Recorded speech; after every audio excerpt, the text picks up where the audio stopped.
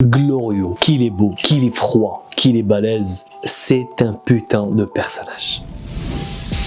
Yo les shonen, j'espère que vous allez bien. L'épisode 3 de Dragon Ball Daima, c'est parti. Dans cet épisode, on entre dans le monde des démons. On découvre qu'il y a 3 portails, le monde numéro 1, le monde numéro 2 et le monde numéro 3. Apparemment, Shin vient du deuxième monde. Ça a été annoncé dans cet épisode. Il y a sûrement une hiérarchie entre les mondes, surtout qu'il y a des barrières. Tu peux pas vraiment voyager comme tu veux dans les mondes. Et apparemment, il n'y a que les personnes qui viennent du premier monde et quelques élus du deuxième monde, sinon les autres ne peuvent pas. Glorieux vient du troisième monde, mais apparemment il bosse dans le premier monde. Il n'a pas voulu préciser quel est son job, son travail. Pour l'instant, on ne sait pas si c'est vraiment un allié ou qu'il a un objectif. On ne sait rien de Glorieux, mais c'est un excellent personnage. J'adore ce genre de personnage. Il a sa petite arme, il parle pas beaucoup, très intelligent, très réfléchi, il analyse tout. Et même dans l'hôtel, au moment où ils entrent dans l'hôtel, sa force de persuasion, elle est balèze. Tu ne vas pas lui dire non,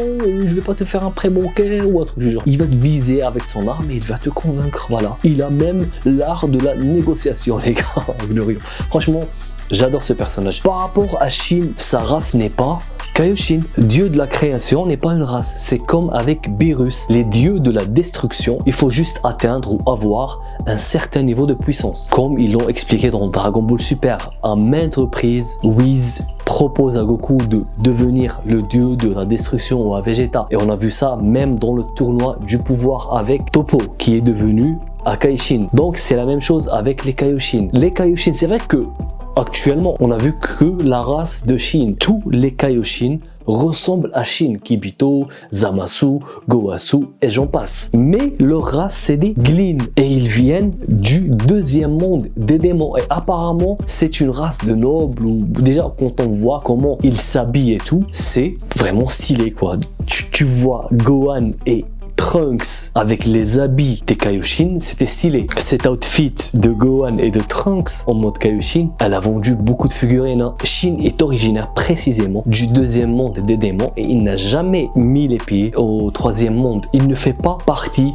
des élus du deuxième monde qui peuvent un peu voyager entre les 3 mondes. J'ai une théorie, puisqu'ils sont dans le troisième monde, sûrement qu'il y a une Dragon Ball. Par rapport aux Kaioshin, comment est-ce qu'on devient Kaioshin? Quand on prend l'exemple des Akaishin, il faut être puissant. Mais je dirais que par rapport aux Kaioshin, si tu veux devenir Kaioshin, un dieu de la création, tu dois avoir une capacité magique. Et on le voit même avec les Namek. Dieu et Dende, ils ont créé les Dragon Ball avec une magie. Donc pour devenir un dieu de la création, il faut, je pense, c'est une théorie, je ne sais pas, je peux me tromper, mais je pense vraiment que pour postuler au poste de Kaioshin, il faut avoir une certaine capacité magique et la race des Glin, enfin celle de Shin, Kibito et j'en passe, ont une capacité innée, magique et tout. Sinon par rapport au Potara, ça peut être aussi, c'est pas un truc des Kaioshin, c'est un truc des Glin. J'espère qu'on va rencontrer les Glin. Peut-être qu'ils sont tous partis du monde des Daima, des démons, comme les Namek, surtout qu'il reste qu'un seul Namek, Neva. Déjà il l'appelle le Namek légendaire. Ça nous laisse nous poser plusieurs questions. Et ça ne peut qu'être réjouissant et intéressant. Sinon, par rapport à cet épisode, Goku qui fait l'imbécile, qui pète, qui ne comprend rien, ça passe, franchement ça passe. Je préfère que tu me mets un Goku petit qui fait l'imbécile plutôt qu'un Goku qui a plus de 40 palais et qui fait l'imbécile. Là ça passe. Il arrête ici même dans son cerveau parce que ce qu'ils nous ont fait avec Dragon Ball Super, c'est inadmissible. Goku dans Dragon Ball Z, à chaque fois, c'est lui qui trouve les solutions. Alors que Namek, il descend, il pose sa main sur le crâne chauve de Krillin, il arrive à lire dans ses pensées. Le mec a atteint un tel niveau de sagesse qu'il peut prédire les pensées et lire dans les pensées. Et dans Dragon Ball Super, c'est un débile qui ne sait pas ce que ça veut dire embrasser sa femme ou je sais pas. Mais là, ça passe parce que c'est un enfant. Dragon Ball Daima, c'est aussi fait pour les enfants. Ce n'est pas que pour nous qui sommes fans de Dragon Ball et tout. Un Goku débile qui pète, qui rougit, qui dit ah oui, là j'ai faim. Regardez, tu as un poisson rouge. Le poisson rouge, qu'est-ce que tu dis? Là,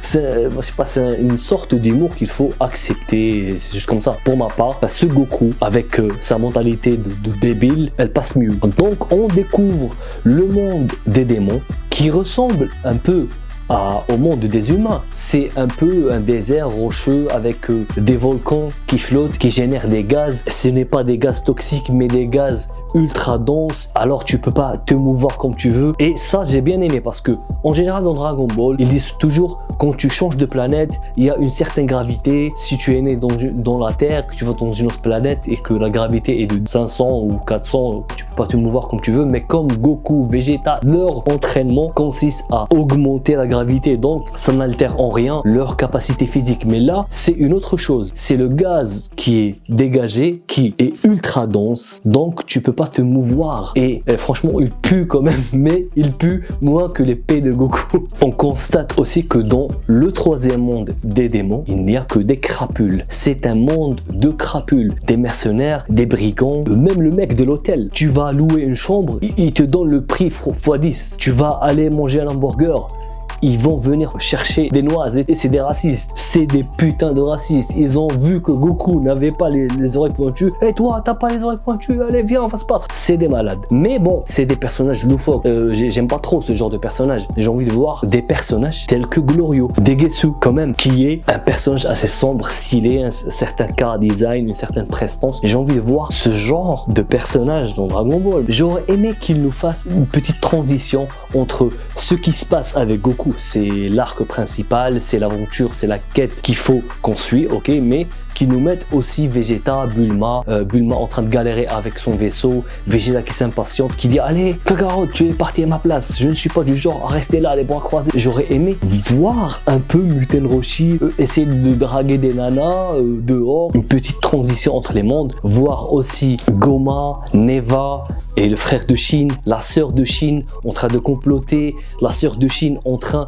de faire ses expériences parce qu'on sait qu'elle fait des expériences, mais quelle expérience elle fait. Mais bon, ce n'est pas grave parce que Glorio est très intéressant et même Shin, franchement Shin, je trouve que c'est un personnage qui n'a pas été assez développé. C'est juste qu'on sait que c'est une race de Kaioshin, mais là on sait que c'est des Glin, ce n'est pas des Kaioshin. Ça ouvre beaucoup de possibilités et ça j'adore. Mis à part ça les gars, il ne s'est rien passé de plus. Je ne pourrais pas en dire plus. Les gars, c'est déjà la fin de la vidéo. Si vous avez aimé, pensez à vous abonner, activez la cloche parce que c'est très important.